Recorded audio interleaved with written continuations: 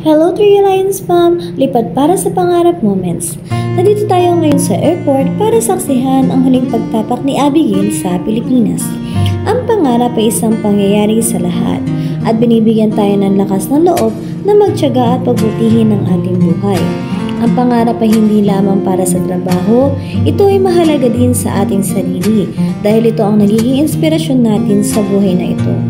At syempre sa pamumuhay na ating tatahakin o lalakarin upang maging maayos ang ating sarili at makatulong din sa ating magulang. At syempre, para sa ating kinabukasan, tayo naman ang magbabalik ng kabutihan na ginawa sa atin ng ating mga magulang. Tagumpay nila, tagumpay mo din. Sometimes, you need to live in order for you to grow. Good luck and have a safe flight, Abigail. We're praying for your success in Canada. Bye-bye!